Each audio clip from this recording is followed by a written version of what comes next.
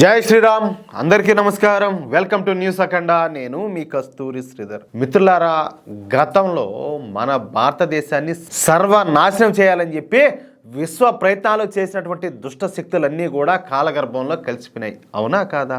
ఇప్పుడు మన భారతదేశాన్ని ముక్కలు చేస్తానన్నటువంటి ఒక పాకిస్తాన్ టెర్రరిస్ట్ కమాండర్ ఏమైపోయినాడో ఈ న్యూస్ ద్వారా చెప్పే ప్రయత్నం చేస్తా. ఓకేనా?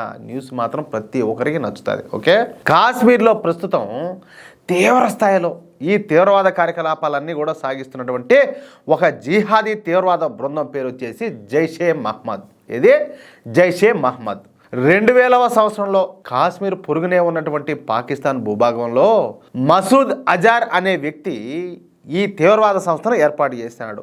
కాశ్మీర్ రాష్ట్రాన్ని మన భారతదేశం నుంచి విడదీసి ఈ ఉగ్రవాద దేశమైనటువంటి పాకిస్తాన్లో కలపాలన్న లక్ష్యంతో ఈ ఉగ్రవాద సంస్థ అయితే పనిచేస్తుంది. అందుకోసం ఈ కాశ్మీర్ రాష్ట్రంలో పలు తీవ్రవాద దాడులు చేసింది ఈ సంస్థ.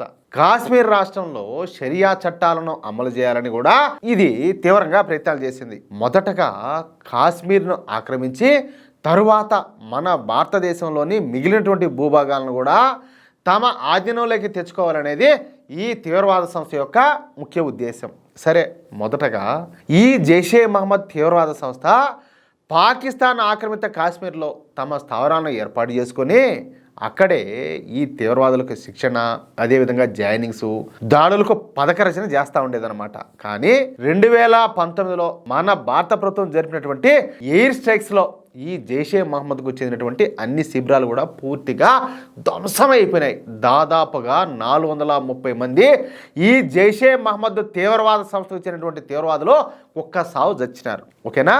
దీంతో ఈ జైషే మహమ్మద్ చీఫ్ అయినటువంటి మసూద్ అజర్ తన జైషే మహమ్మద్ ప్రధాన కార్యాలయాన్ని పాకిస్తాన్లోని పంజాబ్ రాష్ట్రంలోని బహవల్పూర్కు మార్చాడనమాట. అంటే షిఫ్ట్ చేశాడు. ఒరే, దగ్గరుంటి ఇళ్ళు లేచి వచ్చి పడతారో, కుక్కను కొట్టాడు, సాగు కొట్టేస్తారో, ఏమే మనం వీడి నుంచి పోయి ఆ పాకిస్తాన్లో మన స్థావరాలన్నీ కూడా ఏర్పాటు చేస్తుందని అని చెప్పేసి మకాము ఈ పాకిస్తాన్లో ఉండేటటువంటి పంజాబ్ మార్చాడనమాట. ఇక అక్కడి నుంచే ఈ తీవ్రవాదంలో రిక్రూట్ చేసుకోవడం, వాళ్లకు ట్రైనింగ్ ఇవ్వడం, భారతదేశం పైన ఎలా ప్లానింగ్ చేయాలో, అంటే ఏ విధంగా దాడులు చేయాలో నేర్పడం వంటి పనులన్నీ కూడా చేసాగినారనమాట. అయితే ఈ జైషే మహమ్మద్కు చీఫ్ ఎవరో మసూద్ అజర్ అని చెప్పేసి మనం చెప్పుకున్నాం కదా. ఈ మసూద్ అజర్ తర్వాత జైషే మహమ్మద్కు మరో నాయకుడు ఉన్నాడు. వాడి పేరే మౌలానా అబ్దుల్ అజీజ్ ఎస్ఆర్. ఈ మౌలానా అబ్దుల్ అజీజ్ గాడు జైషే మహమ్మద్కు సెకండ్ ఇన్ కమాండ్ అనమాట. అంటే జైషే మహమ్మద్లో నెంబర్ 1 వచ్చేసి మసూద్ అజర్ అయితే నెంబర్ 2 వచ్చేసి ఈ మౌలానా అబ్దుల్ అజీజ్. సరే, వీడు నిజానికి మౌలానా అయినప్పటికీ వీడి బతుకంతా కూడా జిహాద్ చేయడం, అదేవిధంగా తీవ్రవాదులను పెంచి పోషించడంతోనే సరిపోయింది. సరే, ఈ బహవల్పూర్లో జైషే మహమ్మద్కు 4 స్థావరాలు ఉన్నాయి. ఈ 4 స్థావరాలను మొన్న మనము ఆపరేషన్ సింధూర్లో భాగంగా ధ్వంసం చేసి పారేసినాం. ఈ దాడుల్లో 100 మందికి పైగా ఈ జైషే మహమ్మద్కు చెందినటువంటి తీవ్రవాదులంతా కూడా కుక్క సాగు తెచ్చారు. దీంతో ఇక ఈ జైషే మహమ్మద్ నెంబర్ 2 అయినటువంటి మౌలానా అబ్దుల్ అజీజ్ గారు రెచ్చిపోయినాడు. మన భారతదేశం మీద పిచ్చి పిచ్చి స్టేట్మెంట్లన్నీ కూడా ఇవ్వడం ప్రారంభించాడు. ఎందుకంటే ఇప్పుడు కడుపు మండిపోయింది. ఏలా నోటికాడు కూడుబాయా, ఏదో అంతా సామ్రాజ్యాన్ని నిర్మించుకుంటామంటే దాన్ని అంతా కూడా మోడీ ప్రభుత్వం పోయి ధ్వంసం చేసి పారేసా. ఇంక కడుపు మండదా? ఈ ముజాహిదీన్లలో ఒకడు చనిపోతే 100 మంది ముజాహిదీన్లు పుట్టుకొస్తారో ఏది ఈడు మాట్లాడడం. ఇప్పుడు 100 మంది ఈ ముజాహిదీన్లను భారతీయ సేనలో అంతమొందించింది. కానీ మేము ఒక సంవత్సరంలో 1000 మంది ముజాహిదీన్లను తయారు చేసుకుంటాము. ఆ సంఖ్యను తర్వాత 10,000కు పెంచుకుంటాము. ఇక ఆ 10,000 మంది ముజాహిదీన్లతో భారత్ పైన యుద్ధం చేస్తాము. భారత కబంధ హస్తాల నుంచి కాశ్మీర్ని విడదీసి పాకిస్తాన్లో కలిపేస్తామని చెప్పేసి డిక్యూబుల్ మాటలన్నీ కూడా మాట్లాడినాడు. ఈ ముద్రష్టం ఉండా కొడుకులకు మింగడానికి రొట్టెలే, కనీసం ఉండేదానికి ఇల్లులే, కట్టుకోవడానికి సరైన గోసిపాతల్లే, ఇలా బతుకులకు కాశ్మీర్ కావాలా? ఈ దరిద్ర మడాకులు ఏడుండే వాళ్ళు కూడా కొంతమంది ఏంటంటే పాకిస్తాన్ సంకలనం నాకే వాళ్ళు చాలా మంది ఉంటారు. వీళ్ళేమో 3 పూట్ల తింటా ఉంటారు. 3 పూట్ల తింటా ఉంటారు కదా. కాబట్టి ఆకలి, బాధ, వాటి విలువ ఏమన్నా తెలిస్తే వీళ్ళకి ఏమి ఉండవు అనమాట. వీటికి ఏం తెలియదు కాబట్టి, ఏది ఆకలి కానీ, బాధ కానీ, కష్టం కానీ ఏమి తెలియదు కాబట్టి ఎంతసేపటికి అదో వాళ్ళ కలిసి అలా అడిగిపోయి ఏం చేస్తారో, ఏమి నాకుతారు అడిగిపోయి వాళ్ళు నాకిన కొరం మీరు నాకాలి. ఇంకా సిగ్గనా లేదంటారు. బోరే మతి ఉన్నట్ట లేనట్ట ఇంత పిచ్చి ముండా కొడుకు లేదురా నాయన. కాదు మెంటల్ హాస్పిటల్లో కూడా ఇంత సైకం ముండా కొడుకులు ఇంత తెలివి తగ్గ ముండా కొడుకులు ఉంటారు కదరా స్వామి. ఇదేం పిచ్చిరా నాయన. ఇకపోతే ఈయన గారు మాట్లాడినాము, దమ్ముంటే భారత ప్రభుత్వం మమ్మల్ని అడ్డుకోవాలా, మా సహనాన్ని భారత ప్రభుత్వం చేతకానితనంలాగా భావిస్తుంది, మా ముజాహిదీలను చంపినందుకు ఖచ్చితంగా భారతను శిక్షించి తీరుతాము, భారతదేశాన్ని ముక్కలు చేసి నాశనం చేస్తామని చెప్పేసి ఈడు అబ్బా మామూలు మాటలు కాదు మాట్లాడేది. ఈడు బతుకు కనీసం ఈడు ఈ రోజు పళ్ళన్నా దోతాడతాడో ఇంతకు ఏ స్నానాలన్నా అవుతాయో లేవో తెలియదు కానీ ఈ కంపు ముండా కొడుకు ఈ కంపు మాటలన్నీ కూడా మాట్లాడినాడు. వీళ్ళకు సరిగ్గా వీళ్ళకి మైండ్ గానే పనిచేస్తా ఉంటే వీళ్ళకి ఒక మాట బాగా అర్థం వినాలా. దీంట్లో ఏది పెహల్గాంలో ఒక ఉగ్రవాద దాడి జరిపినందుకే పాకిస్తాన్ సగం సాగొట్టి పారేశారు మన మోడీ సేనలో. అవునా కాదా? అలాంటిది రేపు మరొకసారి ఉగ్రవాద దాడి జరిగితే, ఏది భారతదేశం మీద కనుక ఉగ్రవాద దాడి జరిగితే అది మేము మా పైన చేసినటువంటి యుద్ధంలాగా భావిస్తామని చెప్పేసి మోడీ ఆల్రెడీ క్లియర్గా చెప్పినాడు. అంటే భవిష్యత్తులో ఇలాంటి ఘటనలు పునరావృతం అయితే ఏకంగా పాకిస్తాన్నే ప్రపంచ పటంలో లేకుండా చేస్తామని చెప్పి మాట్లాడినారు. అవునా కదా? ఈ ముడాకొడకలు ఎవరన్నా తెలివి ఉంటే కడుపుకి ఏమన్నా తింటే ఇంతకు అశుద్ధం కాకుండా రొట్టో ఆ బొట్టో ఏదన్నా తింటే వీళ్ళకి ఒకరవన్నా ఈ దిమాగ్ అనేది పనిచేయాలి కదా.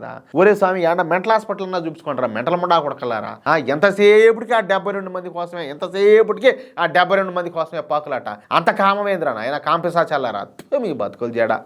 ఇకపోతే ఈయన గారు మాట్లాడడం, భారతదేశంలో అసలు హిందూ అనేవాడే లేకుండా చేయడానికి ఎప్పటి నుంచే ప్రణాళికలు రచిస్తున్నాము అని చెప్పి మాట్లాడాడు. ఒరే నిజంగా భారతదేశంలో హిందూ అనేవాడు లేకుండా పోయిన రోజు వస్తే ఈ సృష్టి ఉండదు, ప్రపంచమే ఉండదు. దాంట్లో ఇంకా మీ బొక్క ఎంత, మీ బొశాండం ఎంత అంటాలే.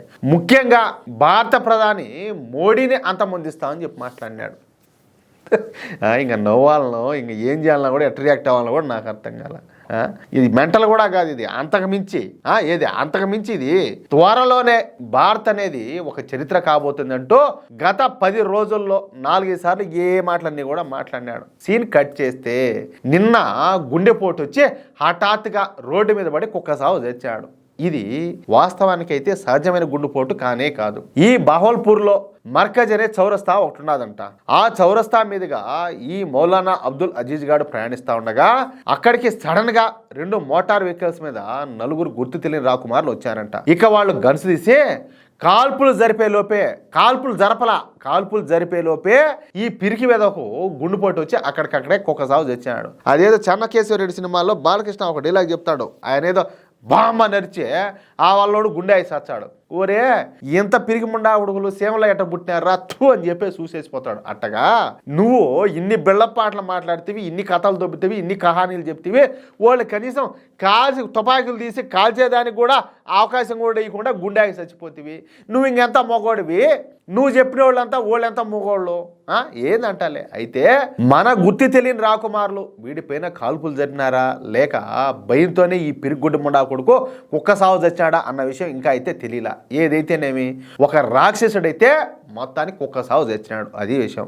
ఎట్లున్నది న్యూస్? నచ్చింది మీకా? మిత్రులారా, ఈ న్యూస్ మీకు నచ్చే ఉంటుందని చెప్పి నేను భావిస్తున్నా. కాబట్టి ఈ న్యూస్ కనుక మీకు నచ్చినట్లయితే మీరు కనుక గమ్మునున్నారనుకో ఇటువంటి న్యూస్ అందరికీ ఎట్లా తెలియాలి చెప్పండి. కాబట్టి ఈ న్యూస్ మీకు నచ్చినట్లయితే మీరు ఎన్నో వాట్సాప్ గ్రూపుల్లో ఉంటారు, ఫేస్బుక్ గ్రూపుల్లో ఉంటారు, టెలిగ్రామ్ గ్రూపుల్లో ఉంటారు. మీకు నచ్చినన్ని ఎన్ని గ్రూపుల్లో కావాలంటే అన్ని గ్రూపులకు, లేకపోతే మీ మిత్రులకు ఎవరో ఒకరు షేర్ చేయండి. స్వామి ప్రతి ఒక్కరిలో కూడా ఈ జాతీయవాద భావాలు నింపండి. అవునా కాదా? అలాగే ప్రతి ఒక్కరు కూడా ఈ వీడియోకు సంబంధించి మీ యొక్క అమూల్యమైన అభిప్రాయాలను ఖచ్చితంగా కామెంట్ రూపంలో తెలియజేయండి. ఇంకో విషయం ఏంటంటే ఇంతవరకు మీరు కనుక మన ఛానల్ను సబ్స్క్రైబ్ చేసుకున్నట్లయితే ప్రతి ఒక్కరు కూడా మన ఛానల్ను సబ్స్క్రైబ్ చేసుకోండి, సపోర్ట్ చేయండి ప్లీజ్. జై శ్రీరామ్, జై హింద్.